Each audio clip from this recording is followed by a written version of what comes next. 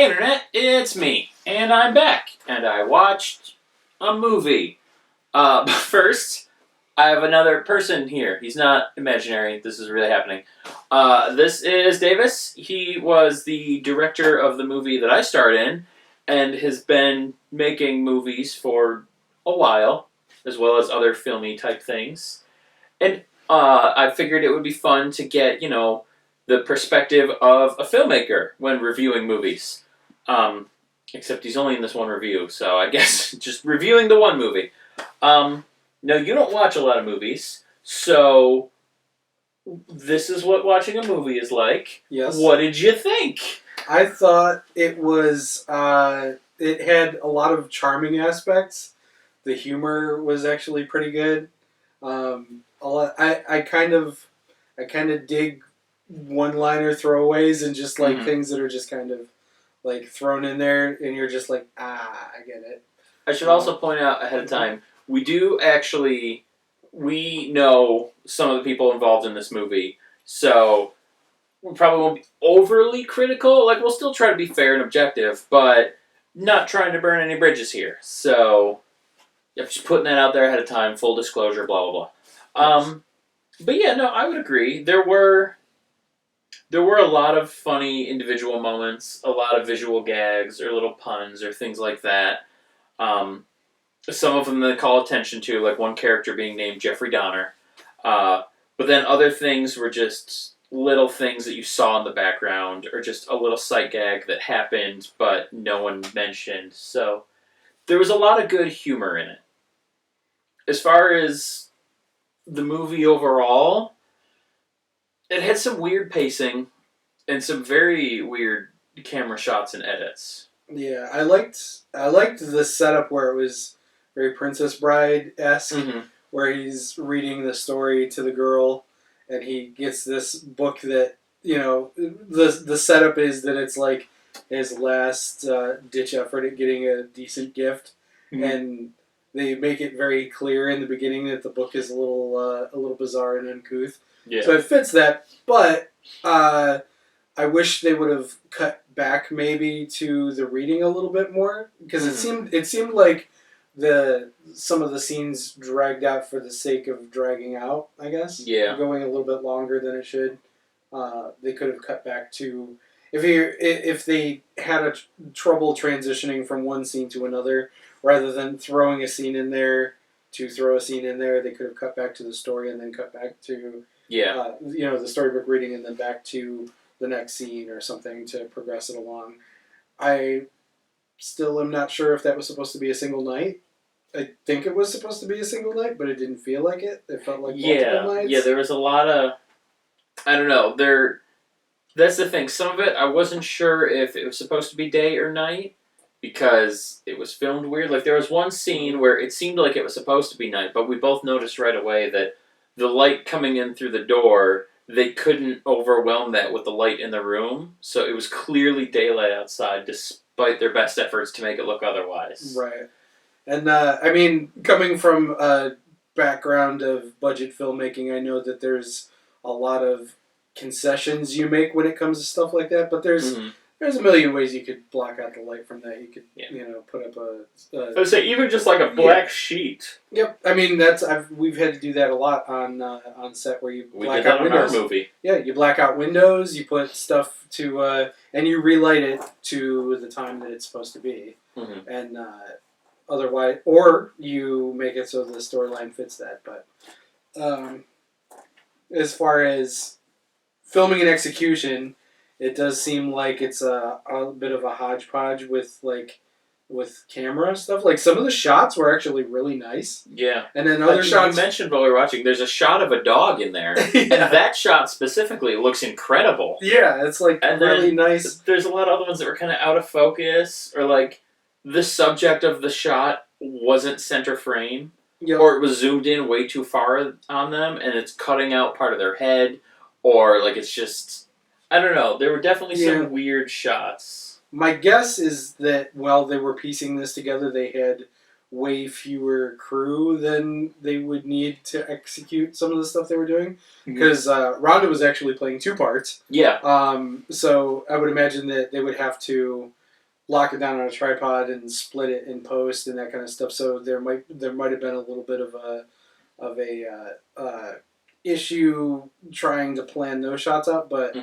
Which I will say, those they actually executed well. Yeah, I couldn't see the seam at all. Usually, I know how you do those, but I didn't see that seam either. I was looking, so they had their lighting on point. They did really well with that. Yeah, typically you have to put them on one side of the room and then on the other side of the room, filming their two shots, and then split it in post with like a mask or something like that. But it was actually really well done to the point where it.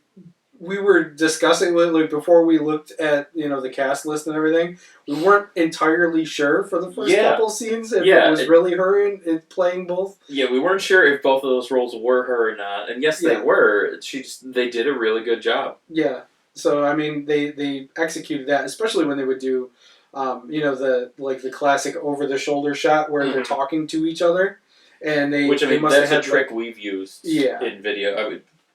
The first video we ever did together in high school, we did that with Tyler there, where we shot Tyler from the head on in a wig being a character, and then shot him from behind and had Tyler enter from off screen somewhere else. So it's a trick we've seen done, but they just executed it here really well. Yeah, if I didn't know Rhonda and like roughly and remember roughly what she looked like right off the bat, I probably would have watched half that movie without realizing it was her playing both.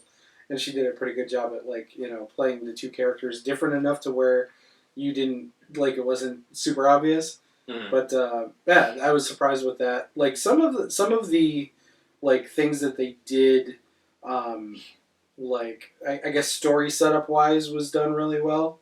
I absolutely love the cat cave thing. Yeah. To the cat cave. Yeah. The little Batman callback. Yep. And then some of the jokes that are just kind of thrown in there, like when she holds I'm horrible with the names of the characters and stuff. They're all named after the reindeer, but when she would hold something up, it would always be upside down. Then she would flip it, like that was consistent as she was doing stuff. And then some of the just humor that they don't draw attention to, I like. When they drew the visual of the dead body on the chalkboard, and it's Rhonda there, and of course they draw her with giant boobs and even the little nipples. Like it was it's a stupid little touch, but it's an immature, funny sight gag. Mm-hmm. It's good that when you make a movie like that, to not take it too seriously. Yeah. And if movies that take themselves too seriously and don't either have the budget or the crew and stuff like that, it just lends itself to feeling like they're trying too hard. Mm-hmm. And this felt like they did the best they could, and it was entertaining at least. And they had some really good actors too. The one girl, was it Donna?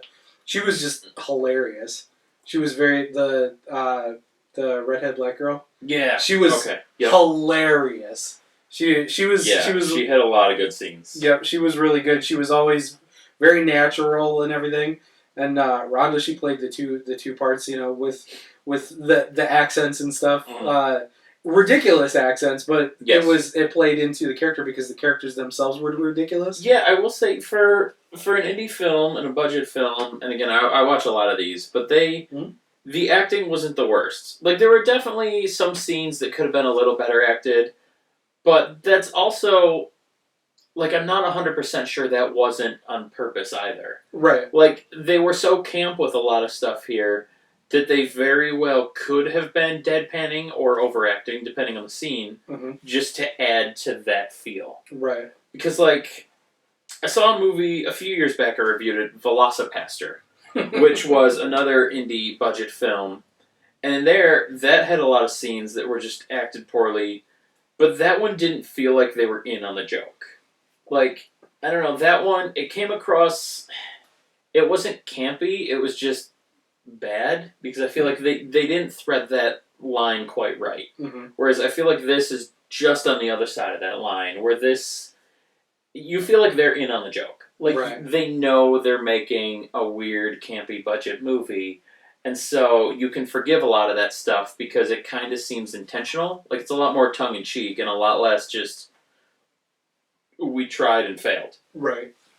There's there is a fine line when it comes to budget movies where if you shoot too high, you end up making it seem like uh, you lost something. Like there's not either the storyline suffers or the effects suffer or whatever. But if you kind of purposely put it there, Yeah. and you can make it people aware that the movie knows where it belongs in the scheme of things. Like this is not like a Spielberg film. If you try and treat it like that too seriously, it'll always fall flat. But if you make a campy movie and know that it's a campy movie and it's aware of it, like this one was, it feels more natural and people don't feel, I guess, off put by the fact that they're watching something that isn't your typical Hollywood movie. Yeah. Which I personally like independent films more than Hollywood stuff. I would watch 10 budget movies that had like a $5,000 budget with a good storyline, decent acting, good effects. And like I would watch 10 of those for every Marvel movie that comes out.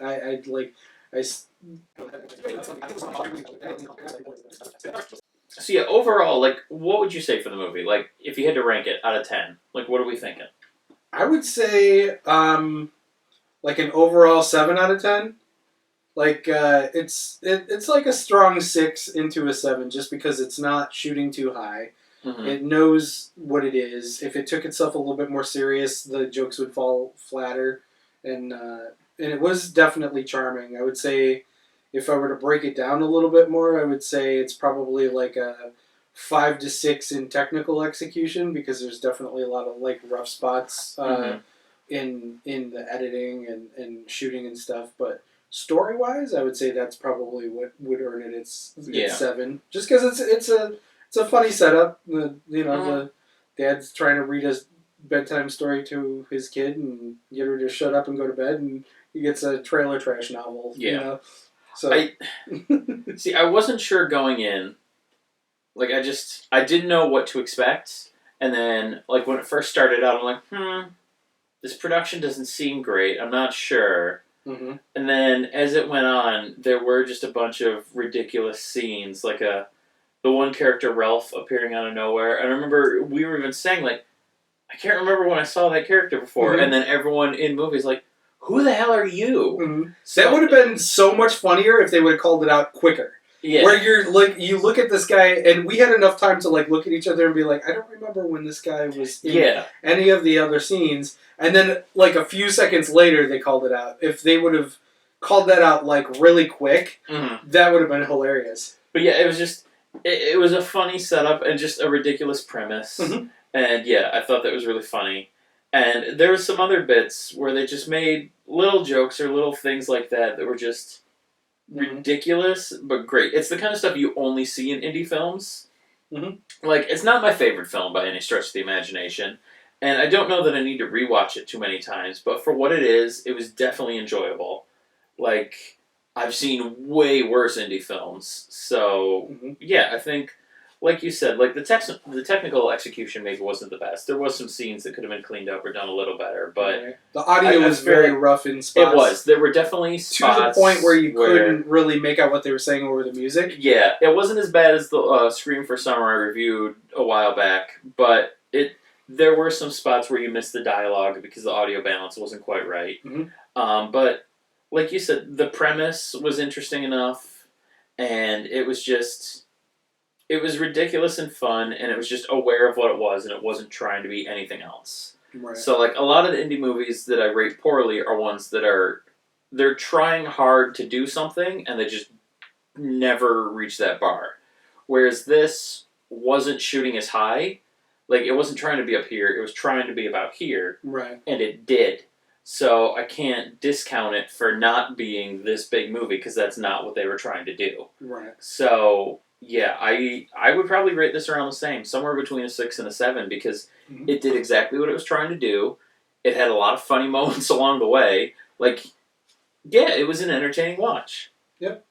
And they also did like some good references where like I mean when they were pulling the Yeti head off, we were both looked at each other and Oh we yeah, made the Scooby Doo reference. I would have gotten away with it if it weren't for you meddling kids. And then they actually did it. yeah. Then they And did the then little. I was like, okay. They did the alright. alternate ending rewind thing, and Yep. yeah, the second time around they made that Scooby Doo reference. They even called him Mr. Jenkins. I'm like, Yep. see, Yep. I do like the payoff for some of the names in here, where you don't even get it right away, but you can tell the names. The names came from the story. Like they figured out with each of these names, where will this be funny later, and then they designed them around that. Like with Mr. Jenkins being one of the killers, Yep. or Jeffrey Dahmer being named Jeffrey Dahmer. Yep. Like, yeah, there was a lot of things where they just kind of they were just playing around and having fun, and that's the vibe you get from the movie. It's just a bunch of people just having fun and just trying to make something goofy out of it. Yeah, I think the most creative part about it was the rewinding part. Yeah. Where it goes to the point where you think it's going to end, and then the kid complains that the ending wasn't what she wanted it, and then he rewinds it and makes up another ending, and then does it again. So that was, I guess, the most creative, and that was actually really well done too. Yeah. I wish the time lapse would have turned out as well. Because they did the rewind effect, but the time lapse just didn't pan out as well. And there were a couple of things that they could have done. It was mainly technical. And when you're making a short film or a budget film, indie film, like a lot of that stuff kind of slides because you just don't have the access for it. You don't have the resources and the time. And yeah, and I guarantee that they probably at some point just had a camera on a tripod across the room while they were acting out and had no camera person. Which you do what you got to do. They made a movie, which I never want to shit on anybody's creative endeavors because you haven't seen Ouija Room yet. Okay, well maybe I'll reserve that. But anyway, at least they made a movie. Yeah, and the movie is out there for people to watch, which is something that not a lot of people can say. A lot of people are like, oh, I'd love to make movies, and then they never do. And so it's one of those things where they made a movie, they put it out, and they did as good as they could do, and they can at least say that they accomplished that, which is the best that some of us can hope for. You put a movie out, and if people like it, they like it. If they don't, so what? You made it. You did a creative thing, just like art. You make a painting, people don't have to understand the reasons behind it, but you made it for you and anybody else who wants to appreciate it. So yeah, and in that they succeeded.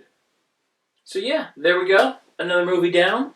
And yeah, that's all I have to say. So I guess I don't think he'll be here. He's just going to disappear, and I'll see you tomorrow.